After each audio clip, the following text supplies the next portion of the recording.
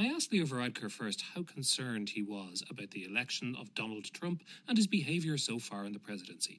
I'd be concerned, I suppose, initially that it does appear that he intends to follow through on his campaign promises and potentially govern as he promised he would, which could mean restrictions on trade. And I'm one of those people who believes in globalism, believes that free trade on balance makes all of us better off, so restrictions of free trade won't be good for the world.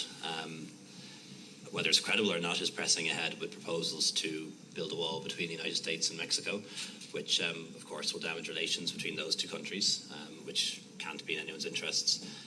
And then I suppose in addition to that, where some of us may have hoped or expected that once the election was out of the way and the inauguration was out of the way, that, as is often the case in politics, the office makes the man, and that his temperament and thin skin would become better and thicker. And that doesn't appear to have happened either, given the activity on Twitter. So, yeah, absolute concerns. But the reality is he is the President of the United States, and our bonds with the United States are ones that go back for centuries. And they have to be able to withstand any presidency or any government because they're economic and they're cultural.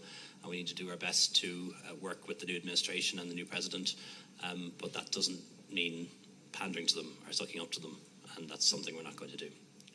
So what does not pandering to the United States mean for a small country with a long historical relationship with the United States? Yeah, I suppose pandering is probably the wrong word. We've never pandered to the United States, but in the past there have been extremely warm relationships, and there are issues that maybe we didn't need to raise. What we'll have to do in our engagement with the President, with the White House and his administration is something more than smiles and shamrocks. And it's always something more than smiles and shamrocks, but we'll have to talk about issues of common interest, for example, the undocumented Irish visas, things like J1 visas, which I know will be important to people in this audience, work visas. Aviation is going to be a big issue of discussion because we control almost half the airspace between here and America, and we don't know if EU's going to take on that in terms of open skies. And we're also going to have to raise issues that are of more global concern. Obviously, any attempt to resile from commitments that America has made on climate change, we'll have to take a dim view of and be straight up about that. And then if there are human rights issues that need to be raised, well, then we have an obligation, I believe, to raise those issues. There was the suggestion in the last day or two, I think, from the President that torture works. It doesn't, and even if it did, we couldn't possibly condone it.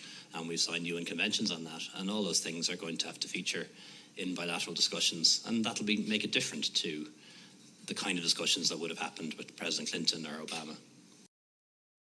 Parts of England where people who have been or feel they have been left behind by the new economy and don't have the skills to get the new jobs in the new economy, voted heavily for Trump and very heavily for Brexit.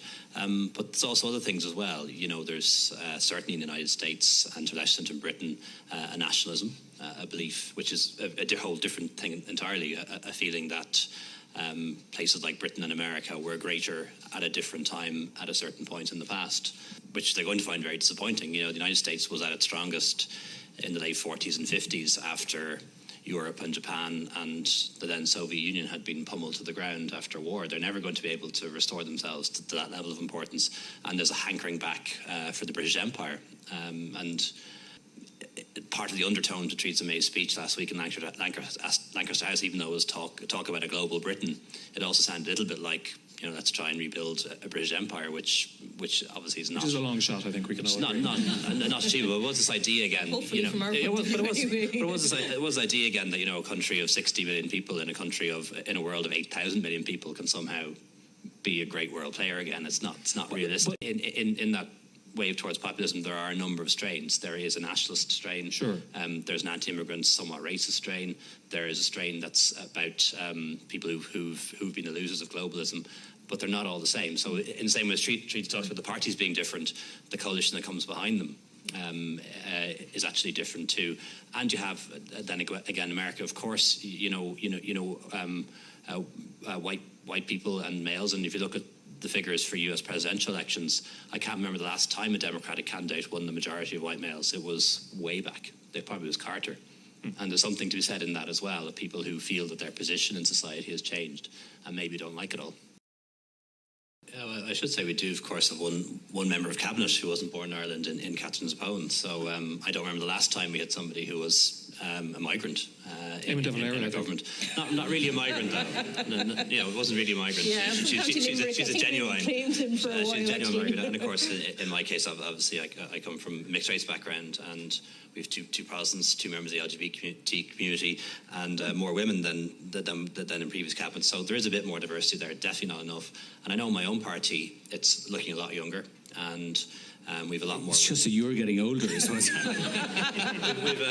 It is younger, and we've more women, and we actually discussed this yesterday. And one of the women who was recently elected to the Dáil, said very frankly that the reason why she got the nomination was because of the quota system. But she'd hoped she'd proven that she was every bit as capable as being in TD as anyone else, and she has. And that's really for us now as a party to go out and find more good candidates who are more diverse, who are female, who are young, who come from different backgrounds.